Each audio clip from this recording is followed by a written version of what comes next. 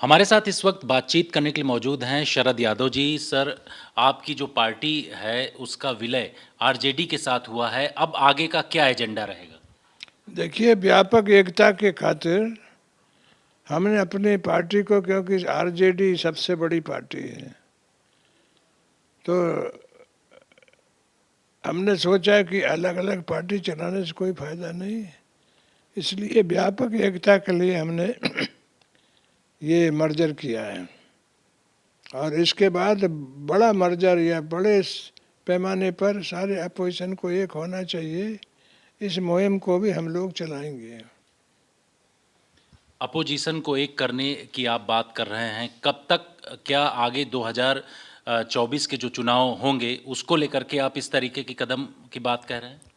नहीं, बहुत वो मामला भी है, लेकिन जरूरी है लोकतंत्र में मजबूत विपक्ष होना। तो आज से ही विपक्ष मजबूत हो जाए तो ज़्यादा अच्छा है।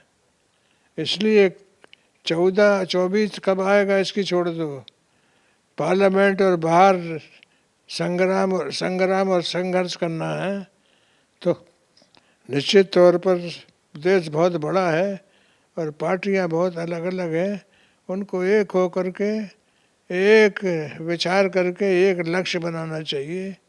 और इसके लिए व्यापक एकता की ज़रूरत आज देश में सबसे ज़्यादा है। आरजेडी की तरफ से ये कहा गया कि इस पूरे मामलों को लेकर के कि लोकतंत्र इस समय खतरे में है, आपको क्या लगता है? मैं मानता हूँ कि लोकतंत्र जो है वो एक तरह से आज जिस तरह से पैसे का, जिस तरह से प्रचार का, यानी चुनाव में जिस तरह से मनी का यानी पैसे का जो प्रभाव बढ़ा है, उससे लोकतंत्र कमज़ोर हुआ है।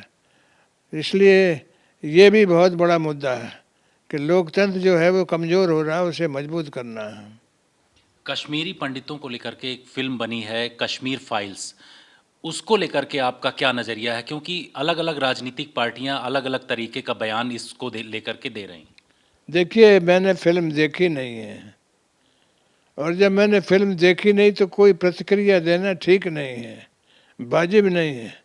जिन लोगों ने देखी है वो प्रतिक्रिया दे रहे हैं, मैं भी उसको देखूंगा और देखने के बाद मैं प्रतिक्रिया अपनी व्यक्त करूंगा। लेकिन जो उस समय घटना हुई थी, ये कहा जा रहा है कि 1990 में वीपी सिंह की उस समय सरकार थी और जो आरोप लग रहे हैं कि कांग्रेस पार्टी की वजह से ऐसा हुआ, आपने तो उस समय का दौर देखा है, आप क्या कहेंगे इस पर?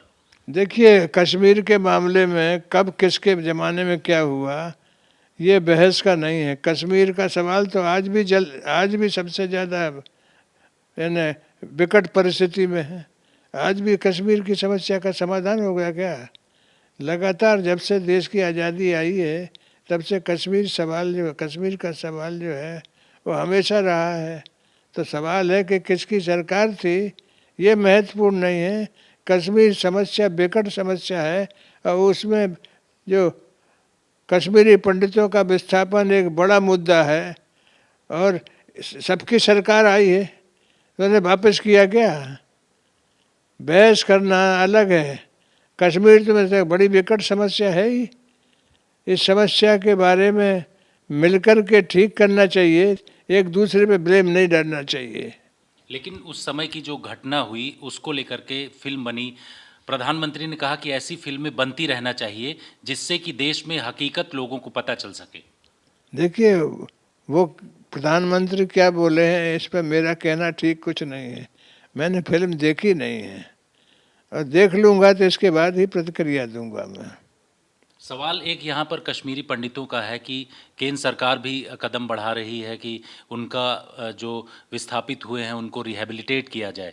ऐसे में आप लोग राजनीतिक तौर पर क्या कहेंगे, क्योंकि अलग अलग पार्टियां अलग अलग तरीके का बयान दे रही हैं इस फिल्म को लेकर के? नहीं, इसमें सब पार्टियां एक हैं, रिहेबिलिटेशन उनका हो, इसमें कोई पार्टी का डिफरेंस नहीं है। सबका एकता एका है कि कश्मीरी पंडित अपनी जगह वापस जाएं, ये सबका एजेंडा है, अकेले बीजेपी का नहीं है, सबका है। और यदि सरकार ये विस्थापित लोगों को वापस कर रही है तो बहुत अच्छी बात है। एक अंतिम सवाल, उस समय राज्यपाल जब ये घटना हुई थी कश्मीरी पंडितों के पलायन का, राज्यपाल जगमोहन जी थे। उनके बारे में कहा जाता है कि वो कांग्रेस से जुड़े हुए व्यक्ति नहीं थे, बीजेपी भी समर्थन दे रही थी उस समय की सरकार को। तो जो सवाल उठाया जा रहा है कांग्रेस को लेकर के, इस पर भी अलग अलग तरीके की प्रतिक्रियाएं आ रही हैं। नहीं, वो प्रतिक्रिया जिनने देखी है फिल्म वो दे रहे होंगे। मैंने फिल्म देखी नहीं है, इसलिए किसी तरह की प्रतिक्रिया देना मैं वाजिब नहीं मानता। शुक्रिया आज तक से बातचीत करने के धन्यवाद। लिए। कैमरामैन अशोक भनोट के साथ जितेंद्र सिंह, आज तक।